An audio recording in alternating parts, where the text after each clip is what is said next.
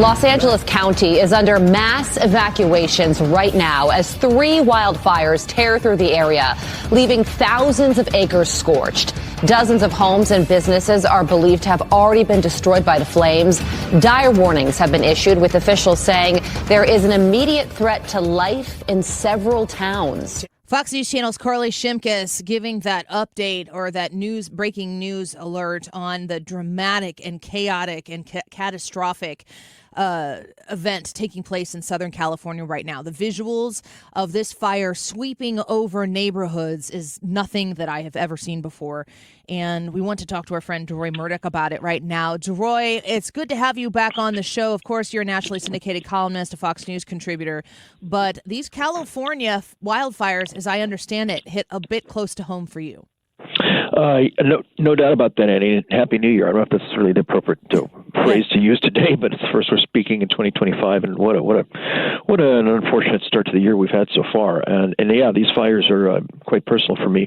I grew up in Los Angeles, as you may know, and specifically I went to Palisades High School, which is right in the middle of all the chaos and mayhem we're seeing right now.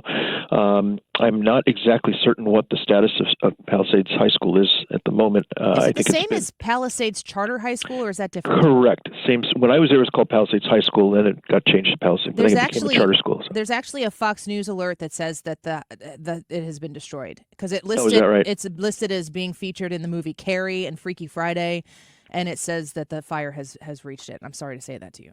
Well, thanks for the update. It's obviously a constantly changing situation, but it isn't Freaky Friday, and a number of other pictures, and it's a beautiful. I hate to say it was a beautiful campus, but because of the lovely weather, rather than being kind of a closed structure, you basically have these big terraces all over the place and big wide hallways, and the classrooms, which open onto the big hallways, open air hallways and open air, terraces, verandas, and so on. So a very physically open campus, lots of sunshine, palm trees. When I was there, class of 1982, I was there between 1979 and 1982. So we had, wonderful time, great weather, lovely. It was just almost like, a beach resort where they happen to have some classes. From the second floor classrooms, you could look down Temescal Canyon. You may have seen Temescal Canyon Road on some of the coverage, and look right down at Will Rogers Beach and see the waves crashing up on the shore. And some of the surfers would say, well, the waves are a little too big to miss, so we're just going to have to skip algebra class or whatever it might be and go down and surf for a couple hours and come back and figure out some way to get an excuse from the parent, or maybe falsify one or what have you. So anyway, it was a wonderful place to go to school, and beautiful part of L.A., very scenic and comfortable and lovely, and so it's just very, very it's excruciating to watch this footage and see that area so well just completely demolished. Well, Deroy, we're speaking, here in St. Louis. I was talking a little bit in our first segment about how we are very familiar with tornadoes. We are right on the New Madrid Fault. So we've been hearing forever, decades, about the big earthquake that is eventually going to happen. It hasn't happened yet, but it is a top of mind thing for people who are residentially here and have been for some time. I've never lived in California, but I have visited several times that area of the country. I got to think that people are aware of the threat existing of wildfires. And I'm wondering, should there have been more preparation to push back against what's happening? Or maybe it's possible that this is just so magnificently awful that it got out of hand before it could get under control. Well, this is magnificently awful. It's unusual to have, it's not that unusual to have Santa Ana winds, which come in off the desert. Sometimes if they're low level, it can be quite lovely. You basically get you get days up in the 80s and 90s, but very, very dry. All the smog and marine layer and haze just blow off to sea, and you get incredibly beautiful, crisp days. You can see forever, and then at night you can see, it's like being in a planetarium. All the stars come out, and there's a very nice sort of almost static electricity kind of crackle in the air. If it's mild Santa, it's lovely. When it gets up into the 60s, 70s, 80s, and 90s, it's another story. And because of the very low humidity and the wind, fires break out, and then they just get turbocharged like what you're seeing right now. I think certainly what should have happened, and I guess has not been happening, is that there should be, in times where you don't have winds blowing, there should be controlled fires. They need to reduce brush, go in and take the vegetation out, and that kind of thing. And in many cases, that's just not been done in years or decades.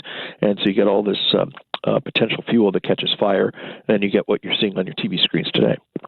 What these people who are fleeing, obviously there's well-established neighborhoods that are here. It's not like this is something that people there experience because they've been there for a long time. What does recovery look like for these folks who are losing everything other than, God willing, they managed to save their lives? What happens in the recovery here? Listen, I've been hearing from friends of mine, enough people know the area, but basically Sunset Boulevard from Amalfi going all the way west to the coast, beautiful winding roads with mansions on either side, all that apparently has been burned to the ground. There's a Gelson's Market near Palisades High School, that's gone. There's a Ralph's, a whole bunch of other shops in other areas have been burned down. Area below Sunset, sort of the Riviera Palisades going down towards Chautauqua, if you know where that is. That apparently is burned to the ground. So, I mean, I think there are apparently 1,000 homes that have been destroyed. People, I guess, are going to try to rebuild, but that's a very expensive part of the city. Yeah. These homes start at $2 and $3 million on up. We'll see what happens with the insurance companies. I mean, if I were the president of Allstate or Mutual of Omaha, I would be biting my fingernails big time right now because these are going to be some major insurance claims. And, I think some people will rebuild and it's going to take a long time. But part of the beauty of that area is the old, in many cases, old architecture, beautiful trees, lovely landscaping. It's going to take, years and years and years to put all that back in and have it look anywhere like it did yesterday or the day before. Deroy Murdock speaking with us right now, Fox News contributor, nationally syndicated columnist, and also Project 21 ambassador. I want to talk to you about, not about necessarily politics leading into this catastrophe, but politics may have something to do with what happens after this catastrophe for people who are like, gosh, do I want to go down that route? Because if you were ever going to leave a place, after all of this might be the thing that makes you say, all right, everything that I had here that is gone now, I'm going to have to reestablish roots. What is your advice to the governor of the state of California and the people who are running these more local governments right now? Because California doesn't seem to be the most, comfortable, financially, economically overregulated place to live. You raise a very good point, Annie, which is if you have a situation like this, it gives people, you really puts them in the fork in the road. Do we want to spend the time and energy to clean up the mess, get permits, hire an architect, hire a contractor, build a house? Where are you going to live in the meantime? Do you sit in a hotel for 2 years while you rebuild your house, et cetera? Or do you say, you know what, Palm Beach is looking pretty good, yeah. Or I'm off to Nashville, or gee, maybe it's time to go to Austin, whatever it might be. And I think a lot of people are going to have that choice. A lot of people will say, you know what, it's just not worth it. I'm out of here, especially if you look at things like the lack of preparedness for the fires. Apparently the reservoirs that feed the water hydrants have been not replenished quickly enough, so the firefighters are running out of water. The mayor of Los Angeles, Karen Bass, she's not downtown at City Hall. Maybe she's there now, but when this thing erupted, she wasn't even in California. She wasn't in the United States. She was in Ghana, of all places. A lot of people are like, okay, why are you in Ghana while we're burning the ground? So that lack of leadership, I think, will probably lead some people to get up and leave. I would say what I would say to Karen Bass and to Gavin Newsom, if you've got people who are in that situation, you want to give them every incentive to stick around. That means more easy access to permits, quicker approvals. If the decision is no, you can't build for whatever reason, at least give people a quick answer. And then, we're thinking about it. You can't get an answer one way or the other. Hopefully it's a yes, but if it's no, make it a quick no. And then make it as easy as possible to hire people, put people in place. And for those who want to rebuild, don't make the road any steeper, make the road flatter for them. Yeah. And I don't know if people like Gavin Newsom and Karen Bass are, if they're wired that way. They're wired generally to say no rather than say yes, unfortunately. They're going to have to revisit that if they want to get people to stick around and rebuild as opposed to pack up and, take the next flight to Florida, Texas, or Tennessee. Yeah. I mean, you don't even have to pack your things because the things are gone. I live... Well, that's right. Nothing to pack. Yeah. Deroy, I live in the state of Illinois and I work here in the state of Missouri, and it's such a stark difference in the way business is done. Just from an Illinois regulatory process. You want to, put a deck on your house, it's super complicated to do it. In one side, it's less complicated to do it in another. Building homes and permitting and, I've been looking into building a home, and the kind of insulation you have to have in Illinois is different different than what you have to have in Missouri. And Illinois, I sometimes feel like Illinois is the test kitchen for liberal left-leaning crazy because people don't pay attention to it here the way they might pay attention to it on the East Coast or in California. But if you want to talk about regulatory measures and like where do the ideas of what kind of stove you can have in your house or what kind of shower faucet can you have, this stuff all comes out of California. How do you build 1,000 new homes when all of this red tape is in the way? I think that there's going to be some sort of political reckoning that takes place in the wake of this because en masse, we're going to see how punitive over-regulatory babysitter government actually is. Well, there are 2 points. One is, as you say, if people decide, hey, we're going to stick around, we're going to rebuild, we really love the Palisades, we're going to make the effort to stay here. And then you've got to buy this particular stove and that particular refrigerator and this kind of dishwasher. Very often they're more expensive than the standard models, and they also often don't work as well as the standard models. So that's one problem. The other problem is when Gavin Newsom and Karen Bass should have been saying, okay, we want to get people up in the hills to cut that brush down, peel back on the vegetation. Let's take the fuel out of there so that if we get a fire, it's a small fire, not a Armageddon. But instead of focus on that, we were focused on, you have to have this kind of a shower, and you need to have electric vehicle mandates, and no, that dishwasher uses too much energy, and you need to have this kind of a microwave, and you got to have this kind of stove. And they spend all this time on, let's make things quote unquote sustainable. Well, I'm looking at LA right now. It doesn't look like it's being sustained. It looks like it's being destroyed. I really wish these people had focused on how do we keep this place safe and intact rather than engaging in sort of green virtue signaling, which now has led to a lot of black smoke and destruction and mayhem. Yeah, and it'll be I don't know if these governmental leaders have it in them. Their religion is the regulatory process is how they worship, and I don't know that they're going to have it in them to make it palatable. Now, you can't go to Tennessee and get the Palisades. I understand that.